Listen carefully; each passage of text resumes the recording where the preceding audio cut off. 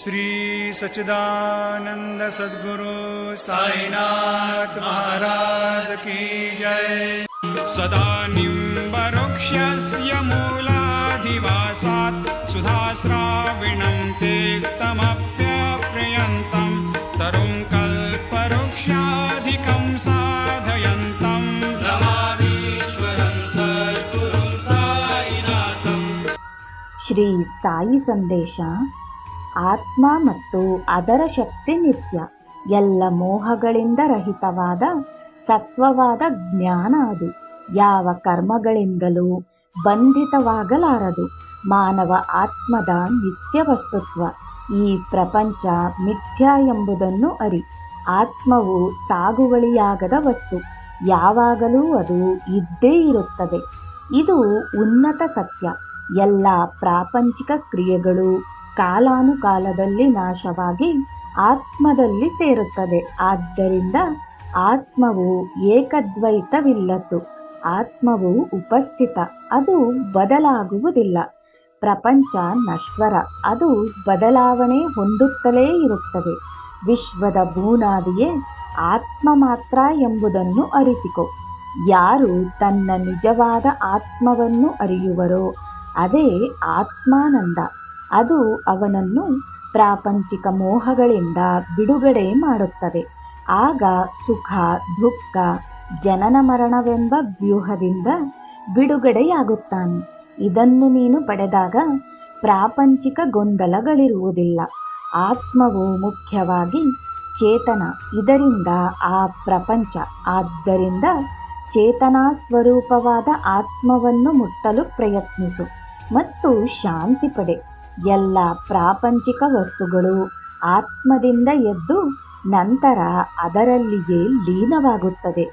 ಆತ್ಮವು ಸ್ವಪ್ರಕಾಶ. ಅದು ಪ್ರಾಪಂಚಿಕ ಬದಲಾವಣೆಗಳಿಂದ ಬದಲಾಗುವುದಿಲ್ಲ.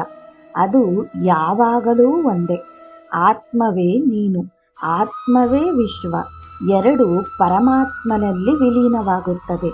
ನಾಶವಾಗದ ಪರಮಾತ್ಮಕ್ಕೆ ಎಂದೂ ಅಳಿವಿಲ್ಲ. ಆತ್ಮವು ನಿತ್ಯ ಮತ್ತು ಬದಲಾಗುವುದಿಲ್ಲ. ಅದು ಜ್ಞಾನಭರಿತ ಆನಂದ ಶುದ್ಧ. ನೀನು ಆತ್ಮದ ಸ್ಥಿತಿಯಲ್ಲಿದ್ದರೆ ಯಾವಾಗಲೂ ಸಂತೋಷವಾಗಿರುವೆ. ಆತ್ಮವು ತಳುಕಿನ ಸಾಮಾನ್ಯ ವಸ್ತುವಲ್ಲ. ಈ ಪ್ರಪಂಚದ ಮೂಲವೇ ಆತ್ಮದ ಬಲ. ನಾಮಸ್ಮರಣೆ, ನನ್ನ ನಾಮೋಚ್ಚಾರವನ್ನು ದೈವಿಕ ಪ್ರೇಮವಿಲ್ಲದೆ, ಭಕ್ತಿ ಇಲ್ಲದೆ, ಸಂಪೂರ್ಣ ಶರಣಾಗತಿಯ ಭಕ್ತಿ ಇಲ್ಲದೆ, ಸಂಪೂರ್ಣ ಶರಣಾಗತಿಯ ಮನೋಭಾವವಿಲ್ಲದೆ ಮಾಡಿದರೆ ಪ್ರಯೋಜನವಿಲ್ಲ. ನನ್ನ ನಾಮಸ್ಮರಣೆ ಪುನರುಚ್ಚರಿಸುವಾಗ ನಿನ್ನ ಕೆಟ್ಟ ಗುಣಗಳು ಮತ್ತು ಕೆಟ್ಟ ಭಾವನೆಗಳು ನಾಶವಾಗುವುದು. ಕೆಟ್ಟದ್ದು ಎನ್ನುವುದು ನಾಶವಾದಾಗ ಮಾಯೆಯು ನಶಿಸಿ ದೇವರ ಜ್ಯೋತಿ ಕಾಣತೊಡಗುತ್ತದೆ. ಇದೇ ನಾಮಸ್ಮರಣೆಯ ಫಲ. ಕಷ್ಟಗಳಿಂದ ಆವೃತವಾಗಿದ್ದರೂ ಪ್ರಾಪಂಚಿಕ ಭಾವನೆಗಳನ್ನು ತೊರೆದರೆ ಅವನಿಗೆ ದೇವರ ಆಶೀರ್ವಾದ ಲಭಿಸುತ್ತದೆ. ನಿರಾಕಾರನಾದ ಭಗವಂತನನ್ನು ಧ್ಯಾನಿಸುವಾಗ ನಿನ್ನ ಹೃದಯದಲ್ಲಿ ಇಷ್ಟ ದೇವತೆಯನ್ನು ಪ್ರಾರ್ಥಿಸು. ನಾಮಸ್ಮರಣೆ ಮಾಡುವಾಗ ಬರುವ ಶಬ್ದವನ್ನು ಏಕೀಕರಿಸಿ ದೇವರು ಶುದ್ಧ ಬ್ರಹ್ಮ. ಯಾರು ದೇವರಲ್ಲಿ ಲೀನವಾಗ ಬಯಸುವರೋ ಅವರು ಈ ವಿಶ್ವದಲ್ಲಿ ಮುಕ್ತವಾಗುವ ಆ ಶಬ್ದವನ್ನು ತಲುಪಬೇಕು.